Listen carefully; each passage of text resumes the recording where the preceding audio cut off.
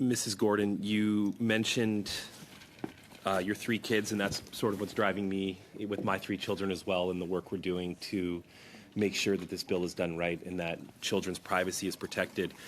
I've asked other witnesses questions on Section 9 of the bill, privacy management programs. In some cases, what I'm hearing from your testimony is that in addition to management programs, especially in relationship to children, we need to be prescriptive in some aspects of the bill. Would you support amendments to Section 9 or other additions to the legislation that were prescriptive specifically in the case of children? Maybe Section 9 in its current form could apply broadly to privacy concerns and providing protections and making sure that businesses are providing those protections in the products they're producing. But what do we need to do specifically in respect to privacy management programs as it relates to children? So as I said in my remarks, I do believe that the law can be more prescriptive in terms of making sure we get it right for children. That is something that we've seen in other jurisdictions. They've done it separately in a different law with a specific children's code. I think that we can make certain amendments to the law or have a separate regulation. I mean, part of the problem with the regulation, as Mr. Guillemette said, is that it takes forever sometimes to get there and to get that guidance. So it's not always the best to leave it to regulation, but that is one way of doing it. But I do believe that there are ways of adding amendments and making it more prescriptive so that we can get it right in the law.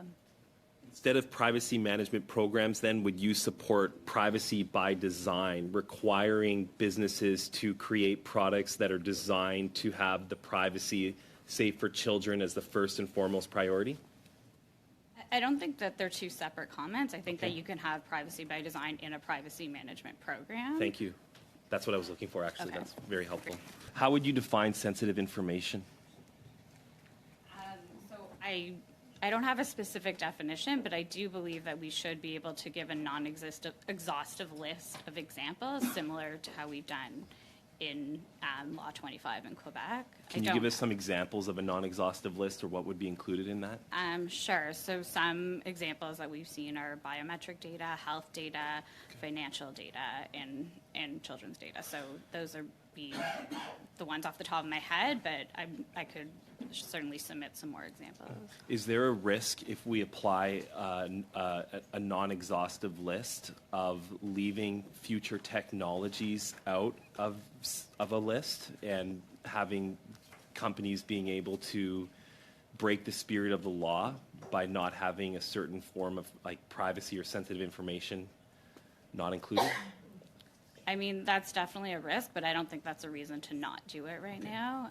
PIPEDA has worked really well for 20 years, so I think that there's always going to be modernization to laws, but I think it's important to try to get that list now, and with the acknowledgement that there is the possibility of updating it as things change. Okay. The UK model for privacy includes, like I believe in California, certain thresholds. I believe the spirit of the law implies that children at different stages are able to make different types of decisions. How would you see that type of prescriptive language included in our Bill C-27 before us today? I don't have any specific comments right now on prescriptive language. Again, that's something I'd have to go back to. I know that's something that my colleague, Mr. Guillemette, also referred to, so maybe he has comments on that. Would you like to comment, sir? Yeah. So I would like to take a look at what is being done in Europe at the moment. And of course, the GDPR has been a big change for them, and children's privacy was a key consideration. Because it's extremely difficult to provide prescriptive requirements, they instead relied heavily on the notion of best interest of the child. And this is working. And the reason why is because it's not a free pass just saying, you know what, we talk about children, but there's nothing to be done. Organization needs to have a documentation regarding what they are doing.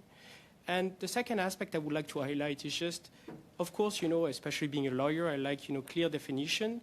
But the notion of evolving concepts, such as the best interest of the child, is important as well in laws, as opposed to very clear-cut concepts such as, for instance, express consent, where essentially every time we would need to have express consent, regardless as to whether it's a teenager or under 13 years old.